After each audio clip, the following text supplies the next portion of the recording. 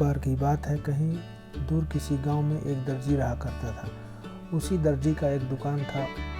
दुकान पर दर्जी लोगों का कपड़ा सिला करता था। उसी गांव में एक हाथी रहा करता था।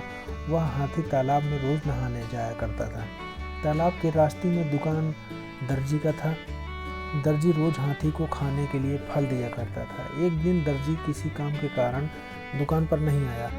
उस दिन दर्जी की दुकान पर उसका बेटा बैठा हुआ था।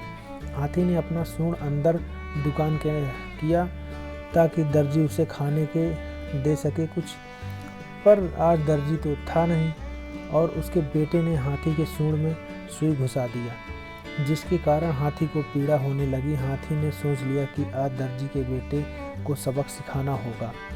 उस समय वह हाथी नहाने के लिए तालाब की ओर चल दिया। वह तालाब से नहाकर बाहर आ रहा था। उसने अपने सूंड में कीचड़ भर लिया। सूंड का कीचड़ लेकर दर्जी के दुकान पर फेंक दिया।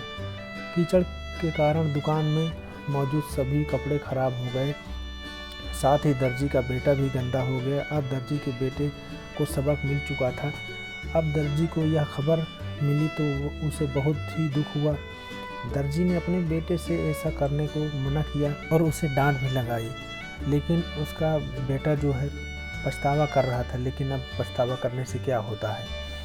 अगले दिन दर्जी ने हाथी को प्रेम किया, उसके सर को सहलाया। फिर दर्जी और हाथी एक अच्छे दोस्त बन गए।